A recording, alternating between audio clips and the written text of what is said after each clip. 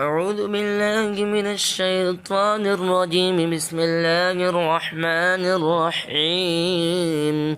الرحمن علم القرآن، خلق الإنسان علمه البيان. الشمس والقمر بحسبان، والنجم والشجر يسجدان. والسماء رفعها ووضع الميزان، ألا تطغوا في الميزان، وأقيموا الوزن بالقسط ولا تخسروا الميزان.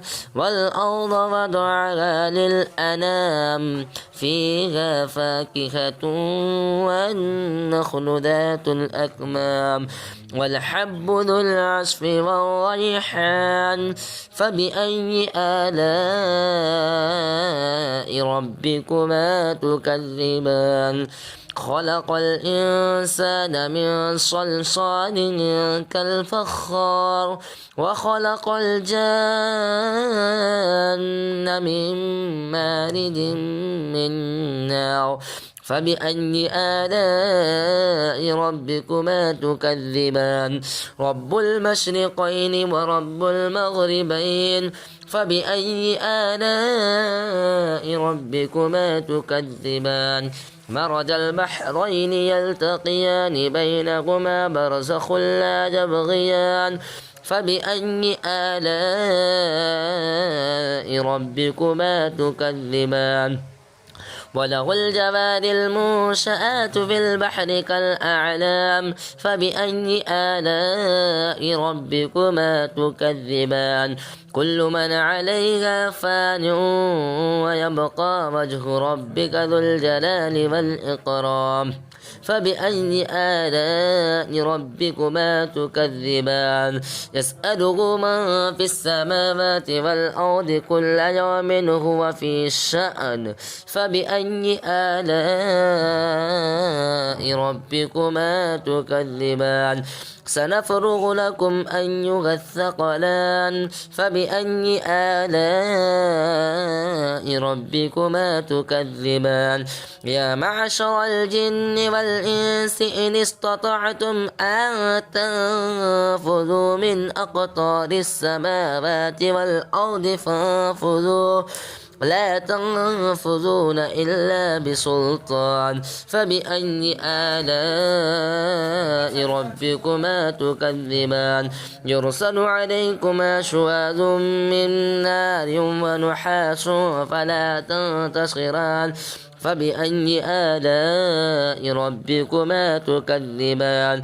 فإذا انشقت السماء فكانت وردة كالدهان. فبأي آلاء ربكما تكذبان؟ فيومئذ لا يسأل عن ذنبه إنس ولا جان. فبأي آلاء ربكما تكذبان؟ يعرف المجرمون بسيماهم فيؤخذ بالنواصي والأقدام.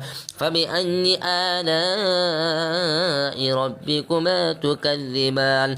هذه جهنم التي يكذب بها المجرمون، يطوفون بينها وبين حميم آن. فبأي آلاء ربكما تكذبان؟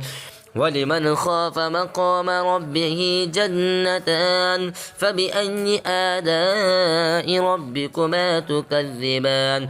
ذواتا أفنان. فبأي آلاء ربكما تكذبان؟ فيهما عينان تجريان. فبأي آلاء ربكما تكذبان؟ فيهما من كل فاكهة زوجان. فبأي آلاء ربكما تكذبان؟ متكئين على فرش بطائنها من استبرق، وجنى الجنتين دان. فبأي آلاء ربكما تكذبان؟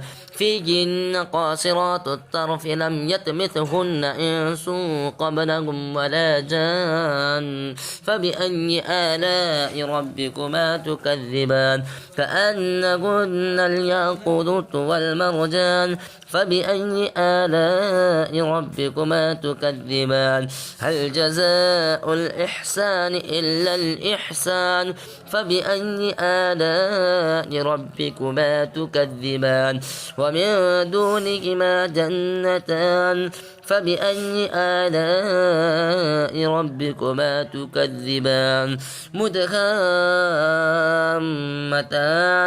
فبأي آلاء ربكما تكذبان فيهما عينان نضاختان فبأي آلاء ربكما تكذبان فيهما فاكهة ونخل ورمان فبأي آلاء ربكما تكذبان فيهن خيرات حسان فبأي آلاء ربكما تكذبان حور مقصورات في الخيام فبأي آلاء ربكما تكذبان لم يطمثهن إنس قبلهم ولا جان فبأي آلاء ربكما تكذبان متكئين على رفرف خضر وأبقري حسان فبأي آلاء ربكما تكذبان تبارك اسم ربك ذي الجلال والإكرام